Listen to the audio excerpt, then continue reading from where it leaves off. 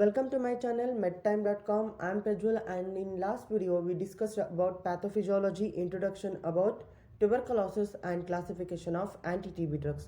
In this video we'll study in detail about individual drugs, their mechanism of action, their structure and uses, and their structural activity relationship. Let's begin with our first drug, that is isoniazid. This is the structure of isoniazid. Isoniazid, also known as isonicotinic acid hydrazide, because presence of hydrazine group and isonicotinic group, it is also known as isonicotinic acid hydrazide, is an antibiotic used for the treatment of tuberculosis.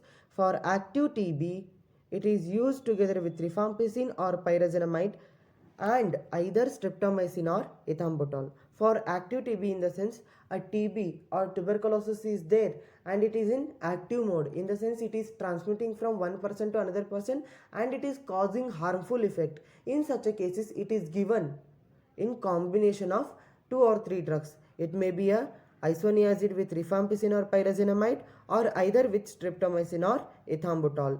For latent TB or inactive TB, it is often used by itself. For inactive TB, TB in rest condition, in such a cases, it is often used by itself or as an individual drug, that is isoniazid. So this is about isoniazid. So let's move towards mechanism of action. Isoniazid, it is a type of prodrug, and what it will do, as I told in beginning, to form a cell wall, some essential components are required. One of those is mycolic acid. Mycolic acid is present in bacterial cell wall and it is essential to form a cell wall, or it is an essential component to form a cell wall. Without mycolic acid, there is no formation of cell wall takes place, because it is an essential component. And to form a mycolic acid, there is essential of CATG enzyme. CATG enzyme is nothing but catalase peroxidase enzyme. So it will form or it will synthesize the mycolic acid, which is essential for bacterial cell wall. So here INH or isoniazid prodrug. So what it will do? It will inhibit or suppress the CATG enzyme. Okay, if there is no CATG enzyme, there is no mycolic acid synthesis. If there is no mycolic acid synthesis, there is no formation of cell wall takes place. Okay. Okay, synthesis of isoniazid. To synthesize the isoniazid, we required 4-methylpyridine, and when it undergo the reaction of oxidation, it will give one compound, that is isonicotinic acid, and the obtained isonicotinic acid again undergo the reaction with hydrazine. Okay, and it will give our actual compound, that is isoniazid. Okay, here 4-methylpyridine undergo the oxidation reaction to give an isonicotinic acid, and this isonicotinic acid will undergo the reaction with NH2NH2, nothing but hydrazine, and give isoniazid. Okay, let's see structural activity relationship. Here N1 nitrogen in hydrazine side chain. Hydrazine side chain, this is a hydrazine side chain. In this N1 nitrogen means this nitrogen must be unsubstituted. Okay, it does not contain any type of substitution. With the substitution, it will not show the activity of anti-TB, or it will be inactive compound. Okay, for tuberculosis, the N2 nitrogen can be substituted by a alkyl group. This is N2 nitrogen, and this can be substituted by a alkyl group or any other group to give an active compound or to show a anti-TB activity.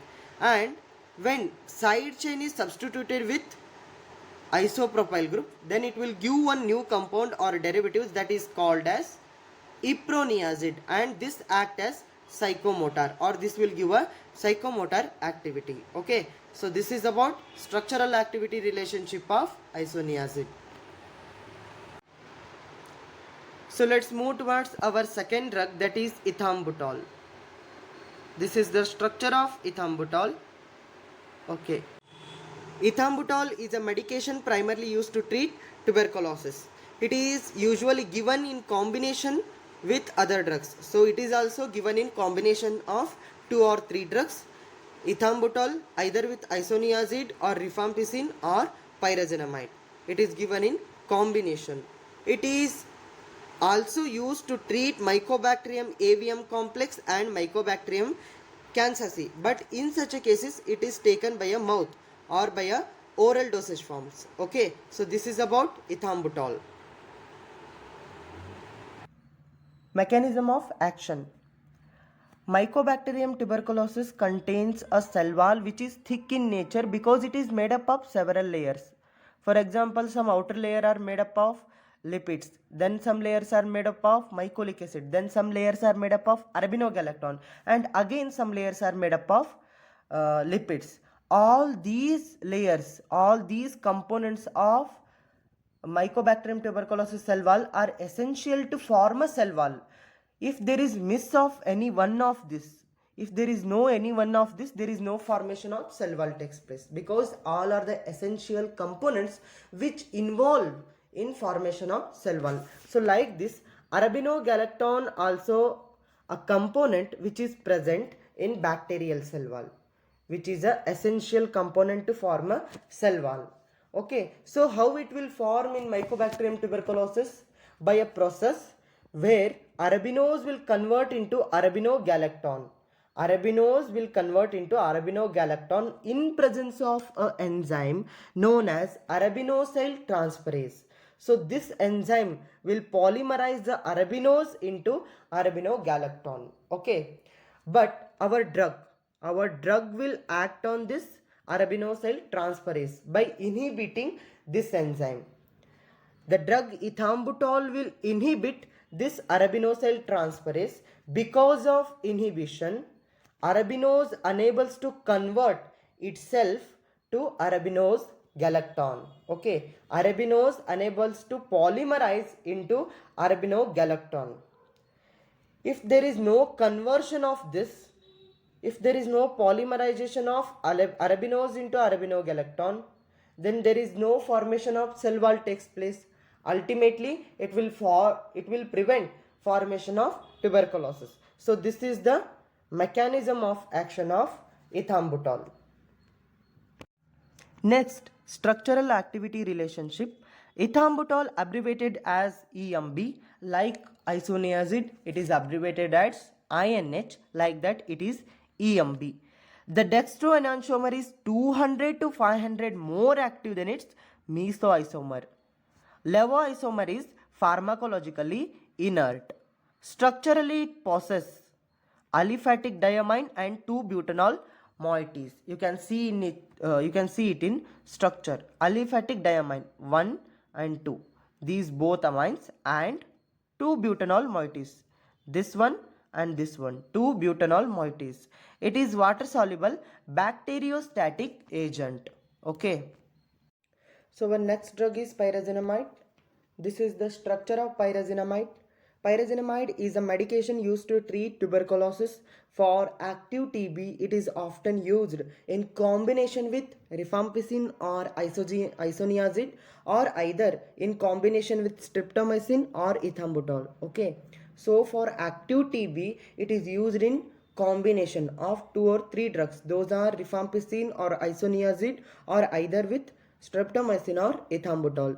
It's not generally recommended for the treatment of latent TB. Latent TB means inactive TB. In such a cases, it is not generally recommended by a physician. It is if he recommend these pyrazinamide like medicines, then he will suggest to take by a mouth. In the sense, he will suggest the medications which are oral dosage forms. Okay. So here pyrazinamide is abbreviated as PZA, and PZA in the sense pyrazinamide and its analog, that is 5-chloro-PZA, may inhibit the fatty acid synthase 1. It is an enzyme which is present in Mycobacterium tuberculosis. Okay. So PZA is considered to be a bacteriostatic agent. Bacteriostatic agent in the sense it will inhibit or it will suppress the growth of bacteria. It converts firstly to pyrazinoic acid. So whenever the pyrazinamide will enter into our body, then it will firstly convert into pyrazinoic acid. Pyrazinamide to pyrazinoic acid. Pyrazinoic acid binds weakly to aspartate decarboxylase. It is also called as PAN-D and triggering the degradation. Okay, so this is the mechanism of action of pyrazinamide. Our next drug is para-amino salicylic acid. It is abbreviated as PASA. 4-amino salicylic acid, also known as para-amino salicylic acid, and sold under the brand name Pacer. Okay, so the brand name Pacer among others, is an antibiotic primarily used to treat tuberculosis.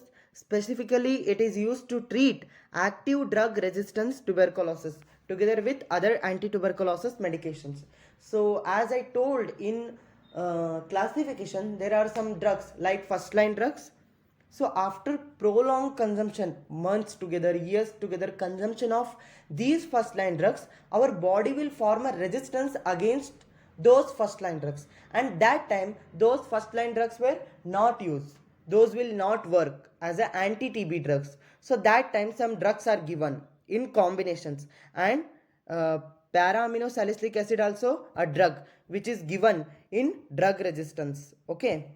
So specifically it is used to treat active drug resistance tuberculosis together with other anti-tuberculosis medications, which means in combinations. So this is about para-amino salicylic acid. Mechanism of action. Okay. So majority of the drugs which are categorized under anti-TB drugs, those will affect or those will prevent the TB by inhibition of cell wall formation. Most of the drugs will act on cell wall. The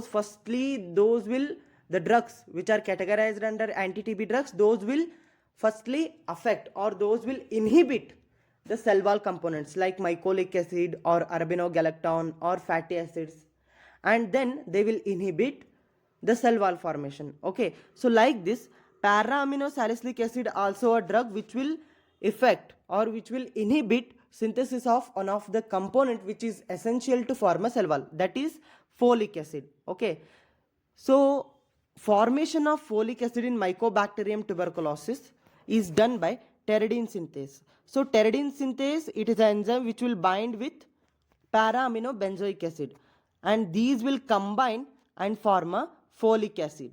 Okay, but the drug para-amino salicylic acid, when we give the drug para-amino salicylic acid, it's having a affinity towards pteridine synthase compared to this more. Compared to para-amino benzoic acid, para-amino salicylic acid having more affinity towards pteridine synthase. So here competition will occurs between para-amino salicylic acid and para-amino benzoic acid, but para-amino salicylic acid will win because it having a greater affinity. So it will bind to pteridine synthase and makes unable to form a folic acid. And if there is no folic acid formation, there is no cell wall formation. Okay, so like this it will affect on cell wall synthesis. Okay, we'll stop here, and in next video we'll discuss remaining drugs. Thank you.